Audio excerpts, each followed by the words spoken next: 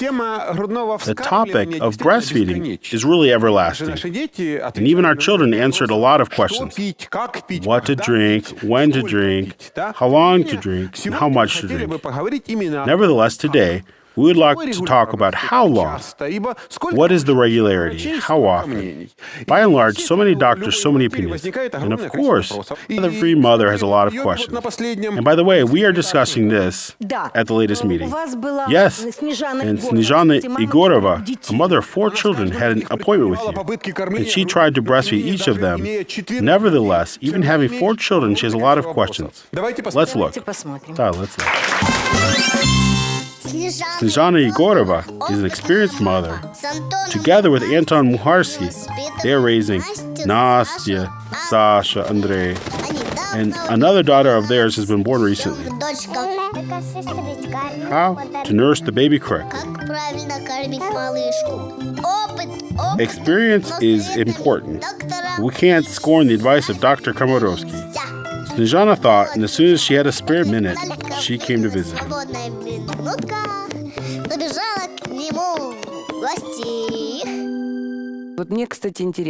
I wonder, the breasts can be different sizes. It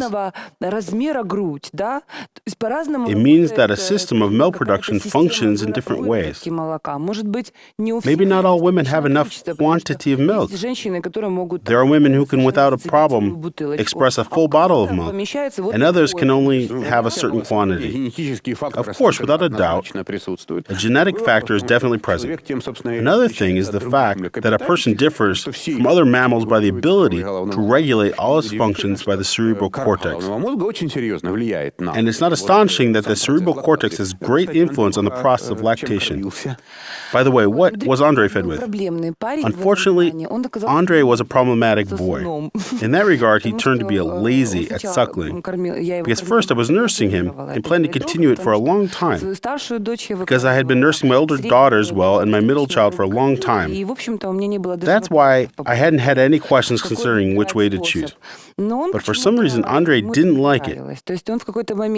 At a certain moment, when I was breastfeeding him, the milk streamed into his mouth. He didn't like that. He was choking with it and spit. And when he had to suckle, it was easier for him to suck from a bottle. For about a month, we had been feeding him in such a way, we were tormented. Afterwards, I had to change. By the way, do you remember how much he gained in weight during that month? He lost some weight. Now this question is of great importance to me because I brought my daughter from the maternity house and she's lost about 150 grams in the maternity house after 3 days.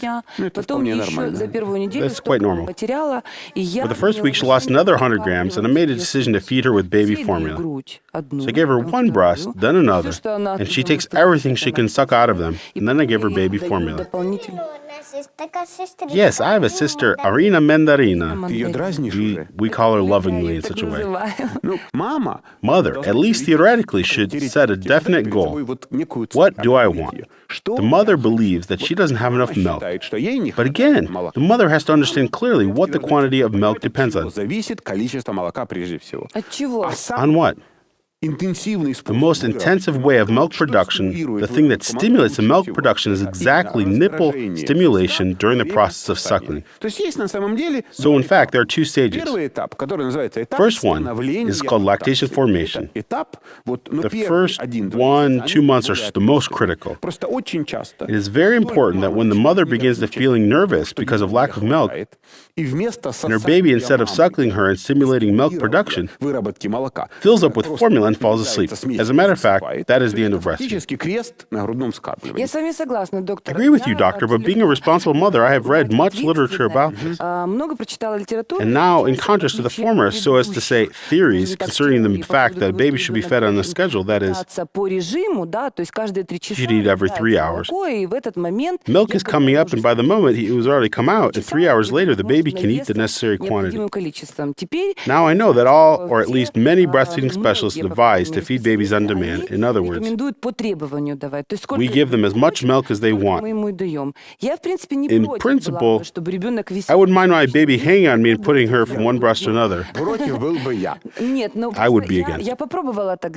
Anyway, I tried to do that, but because of my shifting her from one breast to the other, my milk was over. And in principle, in the moment she was suckling, here I felt milk flowing up in another breast. I gave her that breast, but she demanded more. So she started crying and became nervous.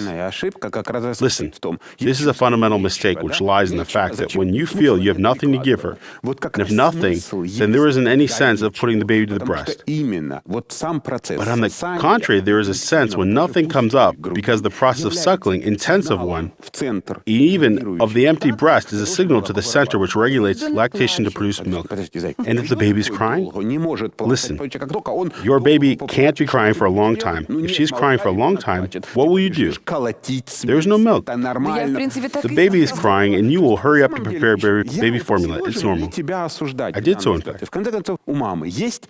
God forbid blaming you. As long as last, the mother has another 3 children, a pile of work, and the mother can't just for social reasons afford to take a baby at her breast for several days to have enough milk.